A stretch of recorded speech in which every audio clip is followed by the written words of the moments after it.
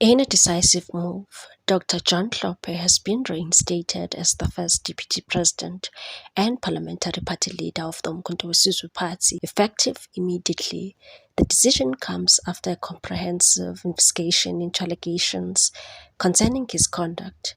The reinstatement, announced by the party's president Jacob Zuma, follows recommendations from an independent legal panel led by a prominent advocate. The panel had been tasked with reviewing the allegations and advising on the appropriate course of action. Hlophe had been suspended since last year, pending the outcome of the investigation. The suspension occurred shortly after the former president returned from a diplomatic trip to Burkina Faso, where he was promoting South Africa's interest abroad. Upon his return, Zuma convened a meeting with senior MK party officials to discuss decisions taken in the National Assembly that had not been fully consulted with the party leadership. Party officials, including Umkhonto weSizwe Party head of the presidency, Makasela Mzobe, emphasized that the suspension was not intended to remove Hlophe from the party or his parliamentary role. Instead, the suspension was intended to calm the situation and allow the president to fully assess the circumstances that led to that decision. Dr. Hlophe remains a member of parliament and continues to serve as the party's first deputy president. In a statement to party structures and members, Secretary General Sibonelo Mbalo confirmed that the president's decision to reinstate Hlophe to both leadership positions. He highlighted the importance of unity and cooperation as the party moves forward, and said the suspension arose from matters that necessitated the appointment of an independent legal panel to investigate the allegations against Dr. Hlophe and advised the president on the appropriate course of action. He added that after receiving the panel's findings, President Zuma held a bilateral meeting with Hlophe, during which all allegations were thoroughly discussed. Following this consultation, Zuma confirmed Hlophe's reinstatement to his positions as first deputy president and parliamentary party leader. Nomvalo called on party members to extend a warm reception to Hlophe as he resumes his duties, and said the Secretary General encourages all members to welcome Dr. Hlophe as he resumes his duties with immediate effect in pursuit of the party's objectives, social cohesion and human solidarity. Meanwhile, the reinstatement of Dr. John Hlophe sparked speculation about internal dynamics, but insiders insist the move is unrelated to recent leadership changes. A party source said Hlophe had been on suspension for several months, but remained an active member of the organization throughout that period. The insider dismissed suggestions that his return was linked to the departure of former Chief Whip Colleen Makhubele, who recently left Parliament and took up a role in broadcasting, and said Colleen left for her own personal reasons. His return has nothing to do with that. On the other hand, threats of violence and deepening faction tensions have engulfed the Umkhonto weSizwe Party, with members warning of clashes over positions they say are owed to them after financially backing the party rise. Speaking to Mail and Guardian publication, party activist and traditional healer Andile Dlamini and other disgruntled members said they were ready to physically fight for their positions, which were unfairly given to defectors from other parties, including former party secretary Floyd Shivambu, Bongani Baloyi and Colleen Makhubele. Dlamini said some of us joined Umkhonto weSizwe Party because we believed in its vision and wanted to see change. I spent a lot of money, about 2 million rand, to assist during the 2024 elections, hiring tents, transport for business people, t-shirts and the likes. Now we are being sidelined and some leaders are saying traditional healers must be silenced.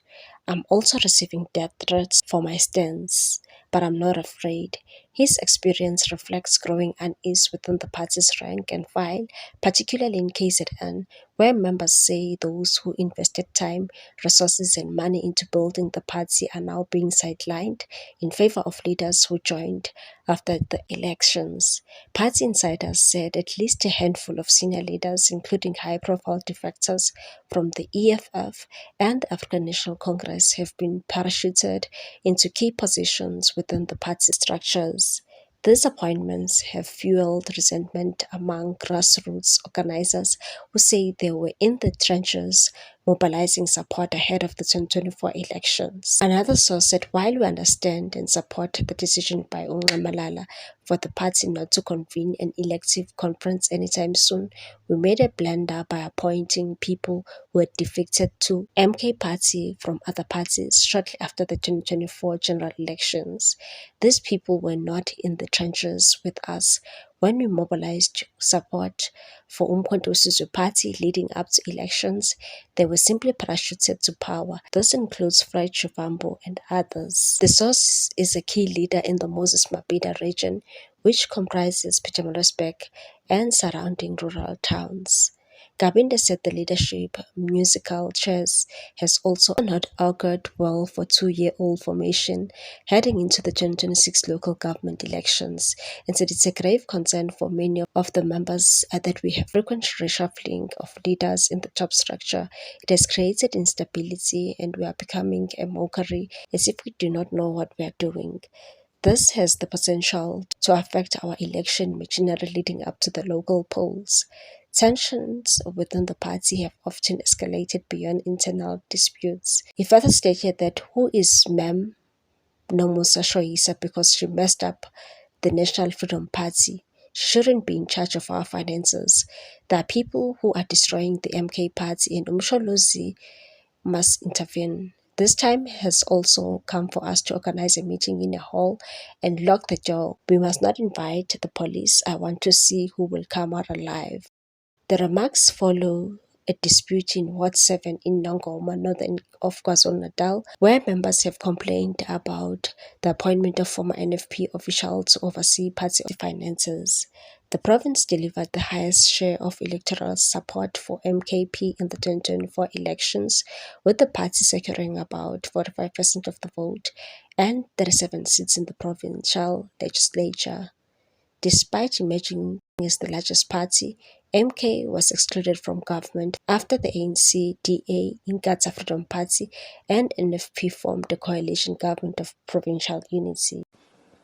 The national chairperson of Umkhonto we Sizwe and the officials of Umkhonto we Sizwe are also here. The president of Umkhonto we Sizwe, the deputy president of so you must also follow suit. Exactly. Deputy president of Umkhonto we Sizwe, the deputy national chair, you may as well stand on the table so that the deputy secretary general of Umkhonto we Sizwe, as well as the moneyman, the treasurer general of the Umkhonto we Sizwe. Now, we'll take you through briefly a statement following a meeting of the national officials of Umkhonto we Sizwe, who met today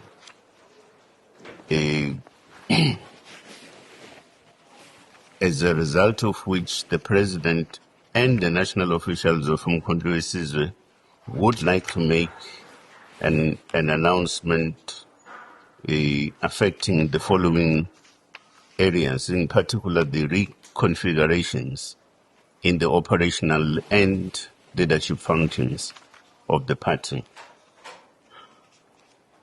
The Secretary General, Dr. Bongani Mngwangu, has been relieved of his duties,